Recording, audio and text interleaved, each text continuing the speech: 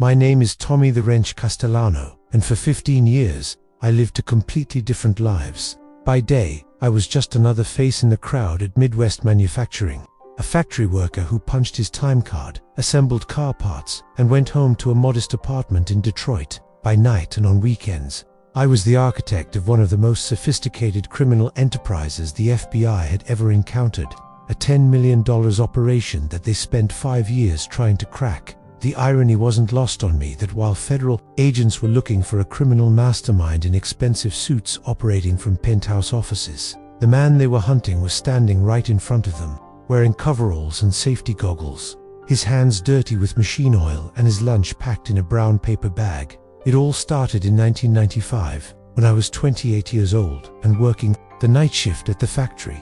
I had been there for 6 years, ever since I got out of the army, and I was making decent money, enough to pay rent, buy groceries, and maybe catch a movie on weekends. But I was ambitious, and I could see that the American dream wasn't going to come to me through honest work alone. The factory where I worked manufactured automotive parts for major car companies. We had contracts with Ford, GM, and Chrysler, producing everything from brake components to transmission parts. What most people didn't realize was how much these parts were worth on the black market, especially to chop shops and mechanics who needed quality components but couldn't afford dealer prices. My criminal education began accidentally. One Friday evening, I was working late to finish a rush order when I noticed that our inventory numbers didn't match the actual parts count. We were showing more parts in the system than we actually had in stock. When I mentioned this to my supervisor, he just shrugged and said, "Happens all the time. Paperwork gets mixed up." But I was curious, so I started paying attention to the discrepancies. Over the next few months, I realized that parts were regularly going missing, not just a few here and there, but significant quantities. Someone was stealing from the company, and they were doing it systematically. Instead of reporting it, I decided to figure out how they were doing it. I started staying late, watching the loading docks, tracking shipments, and studying the inventory system. What I discovered was a small-scale operation run by a few workers who were skimming parts and selling them to local mechanics. The operation was crude but effective. They would falsify shipping documents, create fake orders, and simply walk out with boxes of parts. The company's inventory system was so outdated and poorly managed that the thefts went unnoticed for months at a time. I watched this operation for 3 months, learning every detail of how it worked and where it was vulnerable. Then I made my move. Instead of exposing the thieves, I approached the ringleader, a guy named Eddie Torino, who worked in shipping. Eddie was in his 40s, had been with the company for 15 years, and thought he was untouchable. "Eddie," I said one evening as we were both leaving work, "I know what you're doing." His face went white. "I don't know what you're talking about." "The brake pads that went missing last Tuesday, the transmission components that were damaged in shipping last week, the invoice discrepancies that you've been covering up for months." Eddie looked around nervously, then pulled me aside. "What do you want?" "I want in," I said simply. "But we're going to do this right." What Eddie and his crew had been doing was amateur hour. They were stealing maybe $10,000 worth of parts per month, and they were doing it in ways that would eventually get them caught. I had bigger plans. Over the next 6 months, I systematically took over Eddie's operation. I didn't push him out violently, I simply made myself indispensable. I redesigned their inventory manipulation system, created better fake documentation, and established relationships with buyers who could handle larger quantities. The key to my success was understanding that the real money wasn't in stealing parts. It was in creating a legitimate-looking business that could launder stolen goods. I used my savings to start a company called Motor City Salvage, which ostensibly bought damaged and surplus automotive parts from various sources and resold them to repair shops. Motor City Salvage gave me the perfect cover. When I sold stolen parts to mechanics and chop shops, I could provide them with legitimate-looking invoices and paperwork. The parts appeared to have been legally acquired through my salvage business, which made my customers more comfortable and allowed me to charge higher prices. But I didn't stop there. I realized that if I was going to build something significant, I needed to think bigger than just one factory. I started recruiting workers from other manufacturing plants around Detroit. I offered them a simple proposition: provide me with information about their company's inventory systems and security procedures, and I would cut them in on the profits. Within 2 years, I had sources inside 6 different factories. I wasn't just stealing automotive parts anymore. I was moving electronics, appliances, industrial equipment, and anything else that had value on the black market. My network of inside sources would identify valuable shipments, and I would coordinate the thefts using techniques I had perfected at Midwest Manufacturing. The beauty of my system was its compartmentalization. Most of my sources didn't know about each other, and none of them knew the full scope of the operation. They thought they were part of small, local schemes, not a multi-million-dollar criminal enterprise. I also invested heavily in technology and intelligence gathering. I bought police scanners to monitor law enforcement communications, hired a computer expert to help me create sophisticated fake documentation, and even paid a private investigator to teach me surveillance techniques. By 1998, 3 years after I had started, my operation was generating over $2 million per year in revenue. I was still working at the factory, still punching my time card every day, still living in the same modest apartment, but I had bank accounts in 3 different states, a network of criminal contacts across the Midwest, and enough cash hidden in safe deposit boxes to disappear forever if I needed to. The FBI first became aware of my operation in late 1998, but they had no idea what they were dealing with. They knew that there was a significant increase in the theft of automotive and industrial parts across the Detroit area, and they suspected that the thefts were coordinated. But their investigation focused on traditional organized crime families and known criminal organizations. They never suspected that the mastermind behind the operation was a factory worker who had never been arrested, who lived in a working-class neighborhood, and who spent his days assembling the same types of parts. He was stealing at night. The first time I encountered the FBI was in January 1999, when they came to interview workers at Midwest Manufacturing as part of their investigation. I was working my shift when 2 agents approached me on the factory floor. "Mr. Castellano," said the first agent, a serious-looking woman in her 30s. "I'm Agent Sarah Martinez, and this is Agent David Chen. We're investigating thefts of automotive parts in the area. Do you have a few minutes to talk?" "Sure," I said, wiping my hands on a rag, happy to help. They asked me routine questions about security at the factory, whether I had noticed anything suspicious, and if I knew of any employees who might be involved in theft. I answered their questions helpfully and honestly, or at least I gave them information that was technically true, but completely useless for their investigation. "Have you noticed any discrepancies in inventory?" Agent Chen asked. "Yeah, actually," I said. "Sometimes the computer shows we have more parts than we actually have in stock, but my supervisor says that's normal. Paperwork gets mixed up sometimes." "Have you seen any employees acting suspiciously?" "Well, there's always guys who take home small stuff, screws, bolts, that kind of thing. Company doesn't really care about that, but I haven't seen anyone stealing anything major." The agents thanked me for my time and moved on to interview other workers. As I watched them walk away, I felt a thrill that was almost addictive. Here were 2 federal agents, trained investigators with years of experience, and they had just questioned the person they were looking for without having any idea who he was. That encounter taught me an important lesson. The best place to hide was in plain sight. The FBI was looking for a criminal mastermind, so they focused their attention on people who looked like criminal masterminds. They weren't looking for a guy in coveralls who brought his lunch to work in a brown bag. Over the next year, I refined my operation even further. I established relationships with buyers in other states, created more sophisticated money laundering schemes, and developed new methods for stealing high-value items without triggering security systems. I also started studying the FBI's investigation techniques. I read books about criminal profiling, learned about surveillance methods, and even attended public seminars about corporate security. The more I understood about how law enforcement operated, the better I could stay ahead of them. By the end of 1999, my criminal empire was generating over $3 million per year. I had expanded beyond simple theft to include fraud, money laundering, and even some legitimate businesses that I used to clean my illegal profits. I employed over 30 people in various capacities, though most of them didn't realize they were working for a criminal organization. But success brought new challenges. The larger my operation became, the more attention it attracted. The FBI had assigned a task force specifically to investigate what they were calling the Detroit Parts Ring. and they were getting closer to understanding the scope of what they were dealing with. I knew that my greatest advantage was also my greatest vulnerability, my anonymity. As long as the FBI didn't know who I was, I could continue operating. But if they ever identified me as the leader of the organization, my cover as a simple factory worker would be blown. That's when I made the decision that would define the next phase of my criminal career.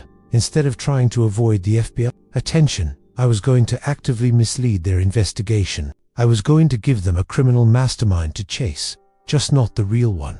The game was about to get much more interesting. The decision to actively mislead the FBI, rather than simply avoid them, was the most audacious move of my criminal career, but it was also the most necessary. By 2000, the federal task force investigating what they called the Detroit Parts Ring had grown to include 12 agents, and they were starting to piece together the scope of my operation. I realized that passive evasion was no longer enough. I needed to take control of their investigation and point them in the wrong direction. My strategy was elegantly simple. Create a fictional criminal mastermind for the FBI to chase while I continued operating under their noses. I would feed them just enough real information to make their investigation seem productive, but I would frame it in a way that led them away from the truth.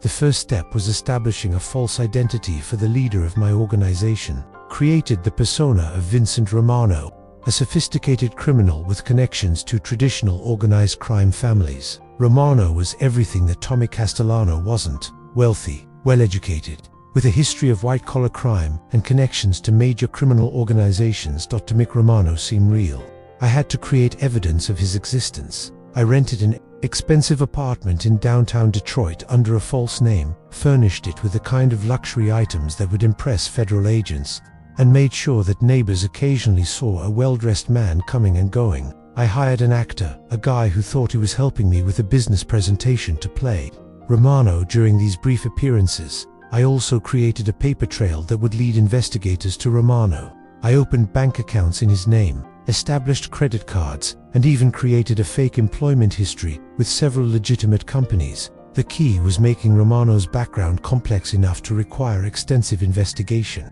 which would keep the FBI busy while I continued my real operations. But creating a fictional mastermind was only half the battle. I also needed to feed the FBI information that would support their investigation of Romano while protecting my real operation. This required me to sacrifice some of my smaller operations and even some of my associates. I started by giving the FBI information about Eddie Trino, the original ringleader whose operation I had taken over years earlier. Eddie had become a liability anyway. He was sloppy, talked too much, and was starting to attract attention on his own. I anonymously tipped off the FBI about Eddie's activities, providing them with enough evidence to arrest him and several of his associates. When the FBI raided Eddie's operation, they found exactly what I wanted them to find: evidence of a sophisticated theft ring, but also clues that pointed to a higher-level organizer. I had planted documents in Eddie's possession that referenced VR and mentioned meetings at expensive restaurants and hotels, the kind of places where Vincent Romano would conduct business. The beauty of this strategy was that Eddie himself didn't know he was being set up. When the FBI arrested him, he genuinely believed that he was part of a larger organization led by someone above him. Under interrogation, he told agents about mysterious phone calls, coded messages, and instructions that came from someone he had never met, all of which was true. Since I had been coordinating his activities remotely, Eddie's arrest gave the FBI their first major breakthrough in the case, and it confirmed their theory that they were dealing with a sophisticated criminal organization. More importantly, it gave them a target to focus on: the mysterious leader who was coordinating these operations from behind the scenes. While the FBI was celebrating their success and following the trail I had laid for them, I was expanding my real operation in completely different directions. I had learned that the key to staying ahead of law enforcement was diversification and compartmentalization. Instead of putting all my resources into automotive parts theft, I branched out into electronics, pharmaceuticals, and even art theft. I established new identities for myself in different cities, created separate criminal networks that had no connection to each other, and developed multiple revenue streams that would be difficult for investigators to link together. If the FBI shut down one part of my operation, I had 5 others that could continue operating independently. My pharmaceutical operation was particularly lucrative. I had recruited sources inside several major hospitals and pharmacies who could provide me with information about drug shipments and security procedures. Instead of stealing the drugs directly, I would intercept shipments during transport, replace the real medications with placebos, and sell the genuine drugs on the black market. This operation required a completely different skill set than automotive parts theft. I had to learn about pharmaceutical supply chains, understand drug distribution networks, and develop relationships with buyers who dealt in controlled substances. But the profits were enormous. A single shipment of cancer medications could be worth more than $500,000 on the black market. I also expanded into art theft, targeting small galleries and private collectors who had valuable pieces but inadequate security. This wasn't smash and grab robbery. It was sophisticated theft that required months of planning and inside information. I would research the pieces, study the security systems, and coordinate thefts that looked like inside jobs, which they often were. Since I had recruited sources inside several galleries, the key to managing these diverse operations was maintaining strict separation between them. I used different identities, different communication methods, and different money laundering techniques for each operation. If law enforcement discovered one network, they would find no evidence connecting it to the others. Meanwhile, the FBI's investigation of Vincent Romano was consuming enormous resources and producing exactly the results I wanted. They had identified Romano as the leader of a major criminal organization, and they were dedicating significant manpower to tracking him down. They had surveillance teams watching his apartment, financial investigators analyzing his bank accounts, and behavioral analysts creating psychological profiles. The problem, from their perspective, was that Romano was incredibly elusive. He seemed to anticipate their every move, always staying one step ahead of their investigation. They would set up surveillance on a location where they expected him to appear, only to discover that he had somehow known about their operation and avoided the area. What they didn't realize was that I was monitoring their investigation almost as closely as they were monitoring mine. I had sources inside the Detroit Police Department who could warn me about upcoming raids, and I had even managed to plant listening devices in some of the restaurants and hotels where FBI agents regularly met to discuss their cases. By 2001, the FBI had spent over $2 million investigating Vincent Romano and had assigned their best agents to the case. They had created elaborate organizational charts showing Romano's supposed criminal network, and they had developed theories about his background, his methods, and his motivations. The only problem was that none of it was real. The closest they came to catching Romano was in March 2001, when they set up an elaborate sting operation. They had received information, which I had provided through one of my sources, that Romano would be meeting with potential buyers at an expensive restaurant in downtown Detroit. The FBI had the restaurant under surveillance for 3 days, with agents posing as customers, waiters, and even kitchen staff. On the night of the supposed meeting, a well-dressed man matching Romano's description entered the restaurant and sat at the reserved table. FBI agents watched as he ordered an expensive meal and appeared to wait for someone. After 2 hours, he paid his bill and left, apparently having been stood up by his contact. The agents followed him to the parking garage, where they planned to arrest him. But when they moved in, they discovered that the man was actually a legitimate businessman who had been dining alone and had no connection to any criminal activity. He was completely bewildered by the FBI's interest in him and had no idea why he had been under surveillance. What the FBI didn't know was that I had been watching their surveillance operation from the beginning. I had identified their agents, mapped their positions, and even photographed some of them for future reference. The Romano they had followed was simply an innocent man who happened to match the physical description I had provided. This incident was a turning point in my relationship with the FBI. I realized that I wasn't just staying ahead of their investigation, I was controlling it. They were so focused on catching Vincent Romano that they were missing the real criminal activity happening all around them. I decided to escalate the game. Instead of simply avoiding the FBI, I started actively taunting them. I began leaving clues that would lead them to dead ends, providing them with information that was technically accurate but completely useless, and even sending anonymous tips that would waste their time and resources. One of my favorite tactics was to provide the FBI with information about real criminal activity that had nothing to do with my operations. I would tip them off about drug dealers, illegal gambling operations, and other criminals who were operating in Detroit. This served two purposes. It made me look like a valuable informant, and it kept the FBI busy with cases that didn't threaten my business. I also started studying the individual agents who were working on my case. I learned their names, their backgrounds, their personal habits, and even their family situations. This information allowed me to predict their behavior and stay ahead of their investigation techniques. Agent Sarah Martinez, who had first interviewed me at the factory, became something of an obsession for me. She was clearly the most competent investigator on the task force, and she was starting to ask the right questions about the case. I realized that if anyone was going to uncover the truth about my operation, it would be her, so I decided to neutralize her as a threat by making her the star of a wild goose chase. I fed her information that led her to believe that Vincent Romano was planning a major operation, a theft that would be worth over $5 million and would represent the biggest score in his criminal career. The information I provided was detailed and convincing. I gave her dates, locations, and even the names of supposed accomplices. Martinez became convinced that she was on the verge of the biggest arrest of her career, and she dedicated all of her resources to preparing for Romano's supposed master plan. What she didn't realize was that while she was chasing shadows, I was planning the real heist of my career, a theft that would net me over $3 million and establish me as one of the most successful criminals in FBI history. The target was a shipment of high-end electronics that was being transported from a manufacturing facility in Ohio to distribution centers across the Midwest. The shipment included cutting-edge computer equipment, advanced telecommunications devices, and prototype technology that was worth a fortune on the black market.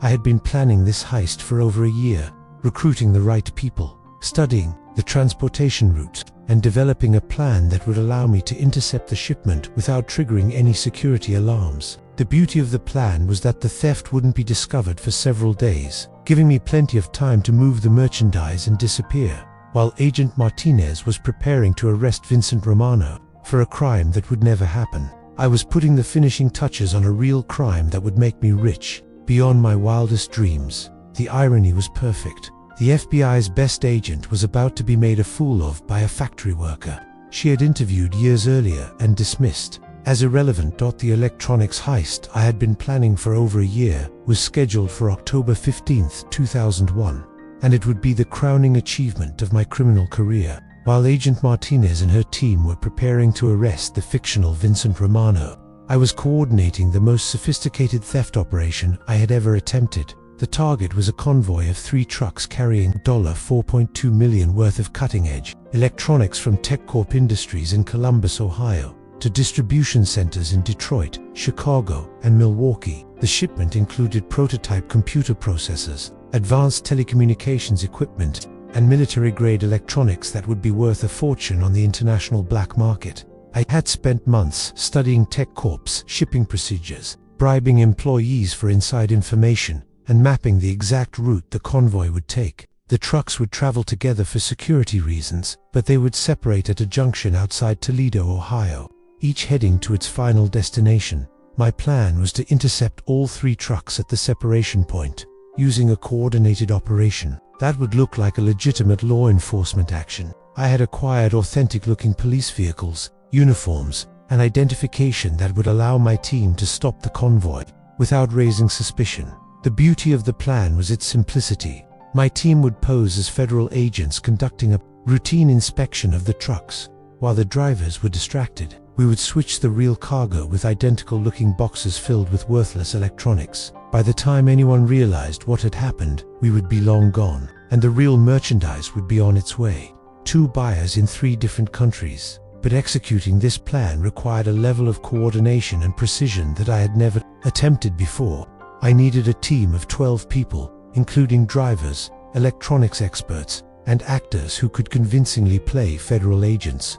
I also needed vehicles, equipment, and a secure location where we could transfer the stolen goods. Most challenging of all, I needed to ensure that the FBI's investigation of Vincent Romano wouldn't interfere with my real operation. Agent Martinez was convinced that Romano was planning something big, and she had surveillance teams watching several locations where she thought he might strike. To keep Martinez distracted, I fed her information about a fictional plan to rob an armored car company in downtown Detroit. I provided her with detailed intelligence about Romano's supposed target, including floor plans, security procedures, and even the names of fictional accomplices. Martinez became so focused on preventing this imaginary heist that she pulled resources away from other investigations. On the morning of October 15th, while Martinez was coordinating surveillance around the armored car company, I was driving to Ohio with my team. We had spent weeks rehearsing every aspect of the operation, and everyone knew exactly what they were supposed to do. The convoy left Columbus at 9 a.m., exactly as scheduled. I had a source inside TechCorp who confirmed the departure time and provided me with the radio frequencies the drivers would be using to communicate with each other. My team was in position at the separation point by 10:30 a.m., waiting for the trucks to arrive. At 11:47 a.m., the convoy appeared on the horizon. 3 identical trucks, traveling in formation, carrying millions of dollars worth of electronics that would soon belong to me.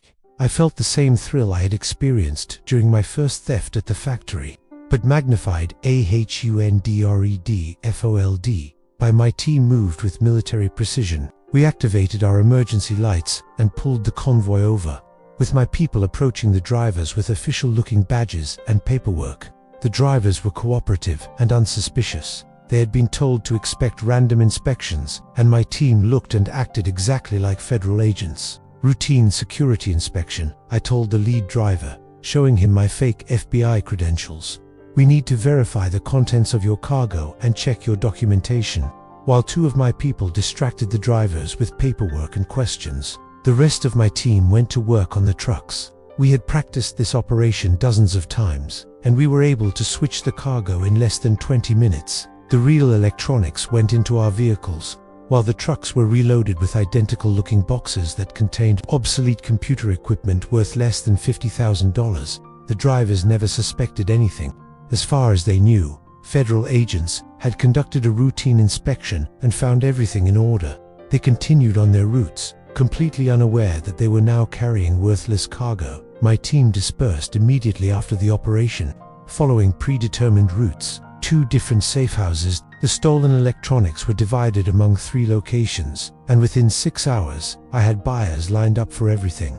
The computer processors went to a contact in Singapore. The telecommunications equipment was sold to buyers in Eastern Europe, and the military-grade electronics found there weighed clients in South America. The theft wasn't discovered until the trucks reached their destinations 2 days later. When workers at the distribution centers opened the cargo containers, they found boxes of obsolete equipment instead of the cutting-edge technology they were expecting.